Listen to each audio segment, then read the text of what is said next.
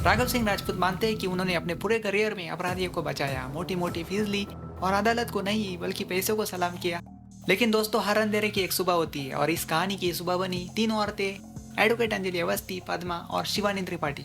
राघव अब साफ साफ मानते हैं कि युवराज ठाकुर और प्रकाश त्रिपाठी दोनों ही गुनेगार हैं। यही से एपिसोड में आता है भूचाल।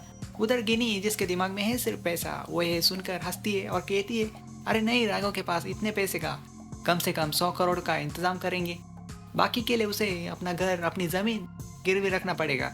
गिनी के चेहरे पर एक खतरनाक मुस्कान आती है। वो कहती है, उस गिरवी पड़ी जमीन को मैं खरीद लूंगी और फिर राजपूत हाउस मेरा होगा, उस परिवार को घर से बाहर फेंकवा दूंगी। अंजलि अवस्थी एक नए इंसान को देखती है, वही राघव सिंह राजपूत। वो कहती है, आपका दामाद गलत था, उसे सजा मिलनी चाहिए थी, है ना?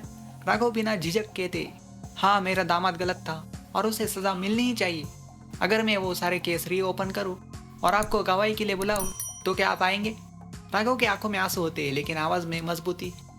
वो कहते, हाँ, मैं आऊँगा, मैं गवाही दूंगा, जितने भी अनसॉल्व केसेस है सब रीओपन करो, लेकिन हर वचन की एक शर्त होती है। राघव कहते, आज मेरे घर लोहड़ी का सेलिब्रेशन है, तुम्हें भी वहाँ आना होगा।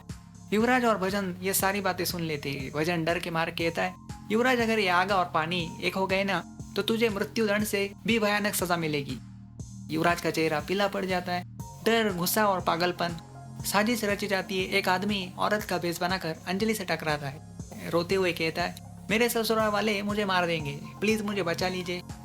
लेकिन रास्ता एक सुनसान जगह की ओर जाता है और वही चारों तरफ से गुंडे निकल आते हैं। अंजलि एक एक करके सारे गुंडों से लड़ती है और आखिरकार अंजलि गोली चलाती है। सारे गुंडे ढेर एक रिपोर्ट लिखवाती है युवराज ठाकुर, चंद्रभान ठाकुर के खिलाफ।